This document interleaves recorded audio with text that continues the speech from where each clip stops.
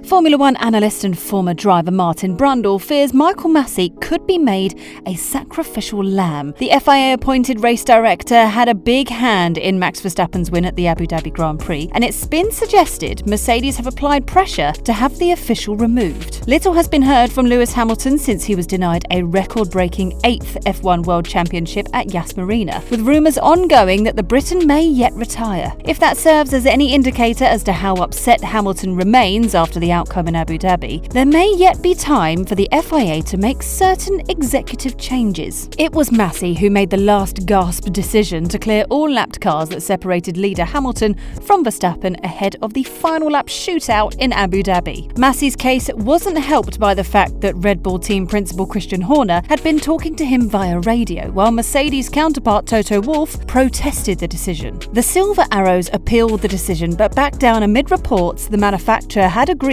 a quid pro quo with the understanding that Masi would be sacked. Despite there being less than 2 months until the 2022 season gets underway in Bahrain, Brundle told Sky Sports, the F1 show, he felt Masi may still lost his job. He might be the sacrificial lamb, said the former McLaren and Benetton driver. However, more important than any particular change of personnel, Brundle outlined a clear and thorough breakdown of the Abu Dhabi incident was most essential. If the FIA and F1 want Michael Masi to stay, and if Michael Masi wants to stay, he clearly has only got one life left, hasn't he? So I don't know if that's tenable all round. Who would you replace him with? Be careful what you wish for, I would say in this. What I absolutely know for sure is that changing Michael Masi would not fix the problem.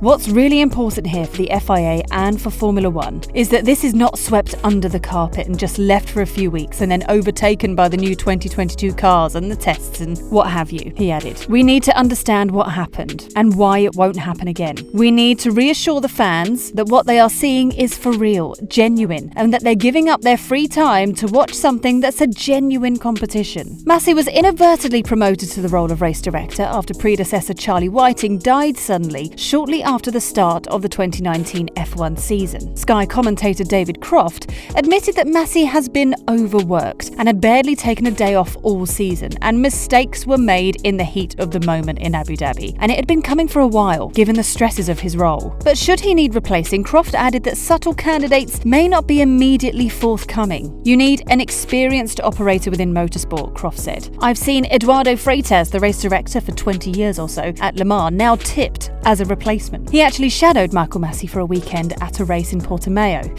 I'm told after that he said he didn't want the job working within Formula One. Steve Nielsen is another name that's been tipped. He works as the sporting director at Formula One for Liberty Media, but another that does not want the job and doesn't want to be working for the FIA. In terms of a get rid of Michael Masi, if that's Toto Wolff's belief, you've got to have someone ready to bring in, and I don't think that person is there as it stands at the moment. It's been reported Hamilton's future in the sport will depend on the results of the Abu Dhabi inquiry and whether Masi remains in his current position. Not content with Masi being the only punished party, it's understood Mercedes also want to see Nicholas Tombazis, the FIA's head of single-seater technical matters, relieved of his duties. Mercedes are said to have denied any such deal was reached, though, instead sticking by their original stance that they dropped the appeal after receiving assurances the matter would be taken seriously and investigated fully by the FIA. So far, the only response from the FIA about the conclusion to a thrilling season was a statement released the evening before Mercedes announced they were not continuing with an appeal, that a detailed analysis and clarification exercise for the future with all relevant parties will now take place. Almost a month later, nothing more has been added, and certainly not in regard to the futures of Masi and Tombazis. Unlike Masi, who understandably has kept the lowest of profiles since Abu Dhabi, Tombazis has been quoted discussing the potential effects of the technical regulation changes for the 2022 campaign. Hamilton has another 2 seasons remaining on his Mercedes contract and needs just one more championship to surpass Michael Schumacher's record for overall titles. The 37-year-old was also denied the chance to join Schumacher as the only second driver to win 5 5 straight F1 crowns as Verstappen won his maiden title, despite any apparent desire for the FIA to offer a scapegoat. Brundle is right to assert a fair and proper Abu Dhabi diagnosis as the real remedy for the sport. Teams and drivers alike in need of the clarity and assurances that their similar controversies will be avoided in future, though even that may not be enough to salvage Massey's position. Lewis Hamilton won't quit F1 despite the Brits' future currently being held in the air, according to old pal Jenson Button. The two men raced together at McLaren, and Button thinks talks of the 37-year-old quitting the sport is exactly that. And the former F1 champion believes the Stevenage-born racer will continue to take part in the sport due to a desire to be the best of all time. "I haven't got a clue," Button said. "I do know that I was the only person to interview Lewis after the race. The whole world heard me interview, so I don't have the inside scoop. I do think he will be racing. He wants to win that 8th title and be the most decorated F1 driver in F1 history, and he will do that." It was a controversial end to the season,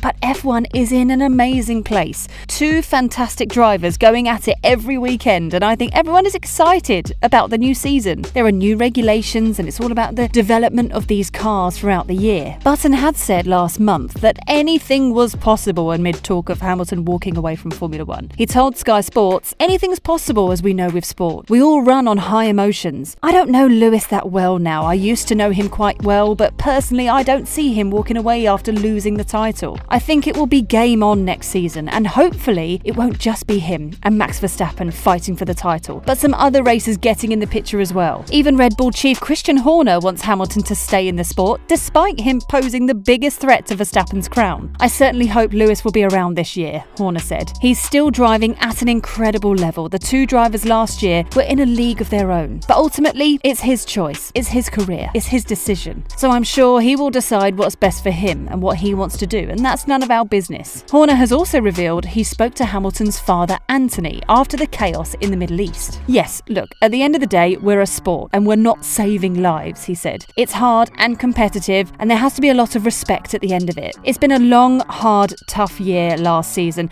and that's why I went to see Toto following the end of the race. Unfortunately, he wasn't about, but I did manage to speak with Lewis and his father." Yet it was Bernie Ecclestone who added credence to the retirement rumours when speaking last month, especially after talking with Anthony Hamilton. "I don't think he is coming back. I think he will not race next year," Ecclestone said at the end of December. "His disappointment in Abu Dhabi was too great, and I understand him. A couple of days ago, I spoke with his father. I realised immediately that he did not want to talk about the future of his son, so we just talked about business. If Hamilton does continue in F1, he'll be racing alongside George Russell. Some have pondered whether their rivalry will be as ferocious as the one the 37-year-old had with Nico Rosberg during the Germans' time with the Silver Arrows. Yet Damon Hill thinks things will work out. "It will be great to follow," he said recently. "I'm sure Lewis will encourage George. I don't see it going wrong." Lewis recognises that his shelf life in the sport is shorter than George's, so I'm sure he'll be willing to lend a hand if needed. That is probably not necessary at all. Hill then added, "It's up to George to decide how he's going to handle it. You can approach such a situation with, 'He is the enemy and I'm going to teach him a lesson.' That might not be the smartest thing to do with Lewis next to you. So yes, we have a lot to look forward to. The boy has everything that is needed. He's above the rest, you know."